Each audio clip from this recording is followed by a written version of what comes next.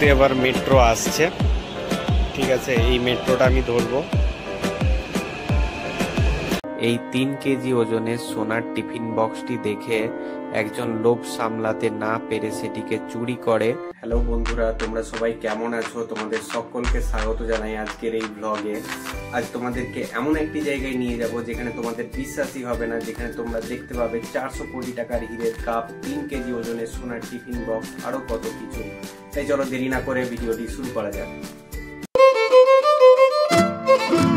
বন্ধুরা, এই যে জায়গাটি দেখছো, এটির নাম হচ্ছে কুকাটপল্লী। এইখান থেকে পায়ে হেঁটে 5 মিনিট গেলেই বাস স্টপ আর মেট্রো স্টেশন দুটোই আছে, ঠিক আছে। কিন্তু এখান থেকে ডাইরেক্ট নিজাম মিউজিয়াম যাওয়ার জন্য ডাইরেক্ট বাস বা মেট্রো কিছুই নেই, আমাকে ইন্টারচেঞ্জ করে যেতে হবে। তো চলো দেখি বাস বা মেট্রো কোনটা ধরা যায়। একটা জিনিস দেখিয়ে রাখি, কলকাতায় যেরকম মেট্রো মাটির নিচ দিয়ে এইদিকে দেখো দুটো রাস্তা আছে, তার মধ্যেই কিন্তু এই ফ্লাইওভারের মতন একটা বানানো হয়েছে, এর ওপর দিয়েই কিন্তু মেট্রো যাতায়াত করে। তো এইটা একটা ডিফারেন্স আছে কলকাতার সঙ্গে। এইখানে কলকাতাতেও দেখা যায় এরকম ফ্লাইওভার করে, কিন্তু এইটা হায়দ্রাবাদে কিন্তু এরকমই। A few moments later. তো মেট্রো স্টেশনে পৌঁছে গেছি, কুকাটপল্লী মেট্রো স্টেশনে। এবার গিয়ে টিকিট কাটবো। এটি কুকাটপল্লী মেট্রো স্টেশন। টিকিটটা কাটবো, টিকিট কাউন্টারের দিকে যাচ্ছি।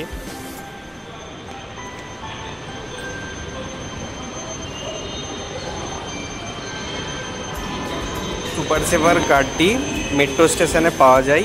59 দিয়ে এটা রিচার্জ করলে আনলিমিটেড রাইড পাওয়া যায় যে কোনো national holiday, second and fourth Saturday আর সানডেগুলি এইটা আমরা ইউজ করতে পারি। এটা এখানে হায়দ্রাবাদে পাওয়া যায়।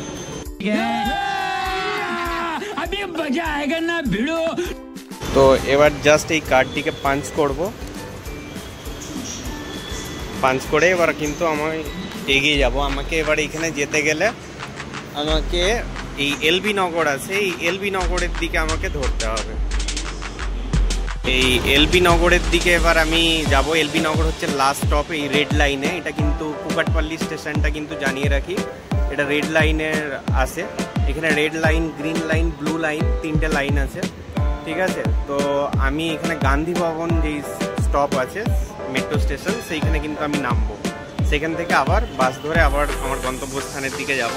এখনো 6 মিনিট টাইম আছে নেক্সট মেট্রো আসতে। আমাদের কিন্তু এবার মেট্রো আসছে, ঠিক আছে। এই মেট্রোটা আমি ধরবো। এইখানের মেট্রোটা দেখো একটু কিন্তু অন্যরকম আছে এবং ছোট, মাত্র 2 থেকে 3টে কম্পার্টমেন্ট থাকে।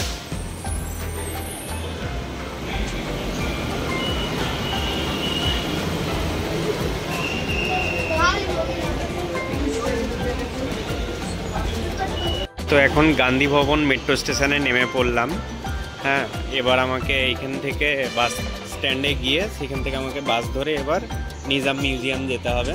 আর তোমাদেরকে যেটা একটু আগেই বলছিলাম যে 3টে লাইনের কথা বলছিলাম, রেড, ব্লু আর গ্রিন, এই 3টে লাইন এইখানে কিন্তু কোথা থেকে শুরু হচ্ছে কোনখানে শেষ হচ্ছে দেওয়া আছে। ভিডিওটি পজ করে তোমরা এখানে দেখতে পারবে।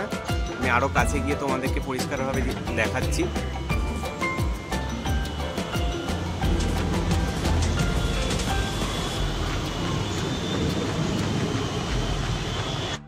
মেট্রো স্টেশন থেকে বেরিয়ে এবার আমি চৌরাস্তার দিকে যাচ্ছি। সেখান থেকেই আমাকে যাওয়ার জন্য এবার বাস ধরতে হবে। পুরানি হাভেলি বলে জায়গা আছে একটা, সেইখানেই আমাকে নেমে ওইখান থেকেই আমাকে নিজাম মিউজিয়াম যাওয়ার যাবো সেখানে নেমে। আমরা প্রায় কাছেই চলে এসেছি। যারা হয়তো জানে না যে এটা ওল্ড সিটিতে অবস্থিত, ওল্ড সিটি আর নিউ সিটির ডিফারেন্সটা কীভাবে করা হয়। হুসেন সাগরের সাউথে যেটা আছে সেটাকে অ্যাকচুয়ালি ওল্ড সিটি বলা হয়, আর যেটা নর্থে আছে সেটা কিন্তু নিউ সিটি। তো এটাই হচ্ছে ডিফারেন্স।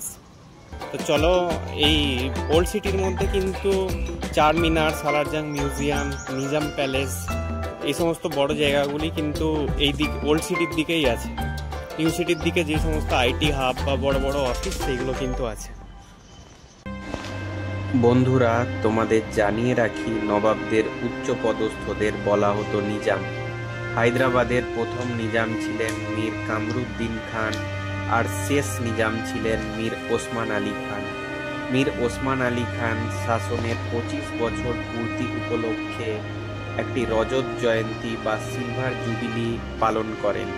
এই অনুষ্ঠানে দেশের বিভিন্ন প্রান্তের প্রভাবশালী ব্যক্তিরা তাকে মূল্যবান জিনিসগুলি উপহার দেন। উপহার স্বরূপ দেওয়া এই জিনিসগুলি আর নিজস্ব ব্যবহৃত জিনিস সাজিয়ে গড়ে তোলা হয় আজকের এই নিজাম মিউজিয়ামটি।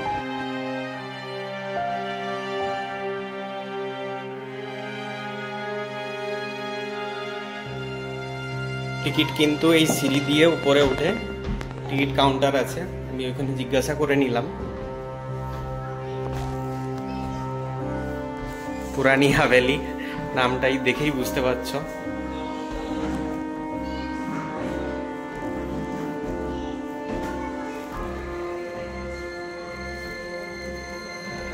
সিঁড়িগুলো কাঠের।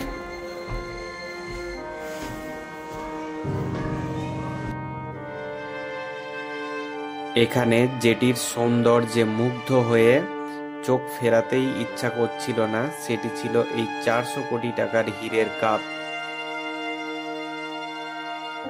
গাইডের সঙ্গে কথা বলে জানতে পারি, এই 3 কেজি ওজনের সোনার টিফিন বক্সটি দেখে একজন লোভ সামলাতে না পেরে সেটিকে চুরি করে এবং প্রশাসন তার কাছ থেকে উদ্ধার করে এটিকে মিউজিয়াম কর্তৃপক্ষের হাতে তুলে দেন।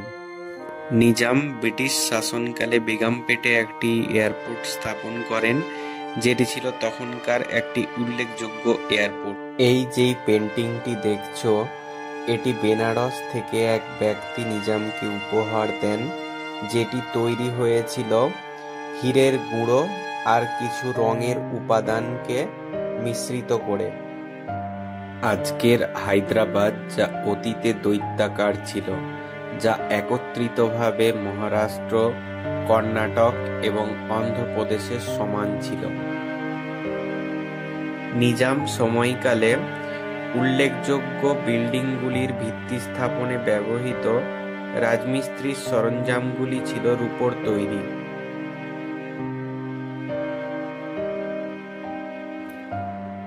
এই আলমারিগুলিতে রাখা হতো নিজামদের পোশাক। নিজাম সারাদিনে 4 বার পোশাক পরিবর্তন করতেন এবং একবার পরিহিত পোশাক তিনি দ্বিতীয়বার ব্যবহার করতেন না, এবং সেটিকে যাতে কেউ না কপি করতে পারে তাই সেটিকে জ্বালিয়ে দেওয়া হতো। এই হ্যান্ডস্টিকটির ওপর বসানো আছে পৃথিবীর সবচেয়ে বড় মুক্তা, যেটির নাম বাসরা। এই একটি মাত্র হ্যান্ডস্টিক বিক্রি করে হায়দ্রাবাদের সবচেয়ে বড় সালারজাং মিউজিয়াম সেটিকে কিন্তু কেনা যায়। রজত জয়ন্তীর অনুষ্ঠানে মাত্র একদিনের জন্য এই সিংহাসনটিতে নিজাম বসেছিলেন, যেটির পেছনের অংশ ছিল সোনার তৈরি। 1965 সালে চীন ভারতকে আক্রমণ করলে তৎকালীন ভারতের প্রধানমন্ত্রী লাল বাহাদুর শাস্ত্রী সাহায্যের জন্য নিজামের কাছে আসেন। নিজাম দ্বিতীয়বারের জন্য কিছু না ভেবে তাকে 5 টন সোনা দান করেন।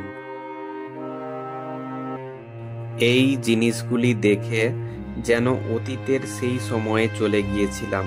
তাদের ব্যবহৃত জিনিসগুলি রয়ে গেলেও তারা যে আমাদের মধ্যে নেই, সেই কঠিন সত্যটি সকলকেই গ্রহণ করতে হচ্ছিল।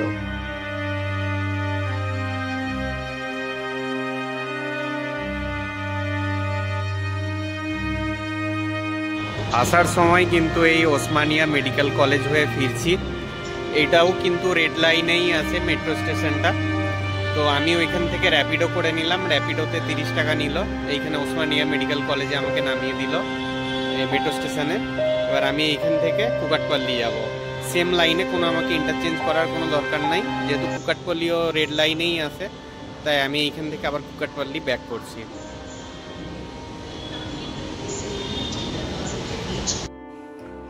বন্ধুরা, ভিডিওটি কেমন লাগলো কমেন্ট সেকশনে জানাতে ভুলো না। এরকম মজাদার ভিডিও পেতে চ্যানেলটিকে অবশ্যই সাবস্ক্রাইব করো এবং আমার পাশে থাকো। দেখা হচ্ছে নেক্সট ভিডিওতে। চলো, টাটা।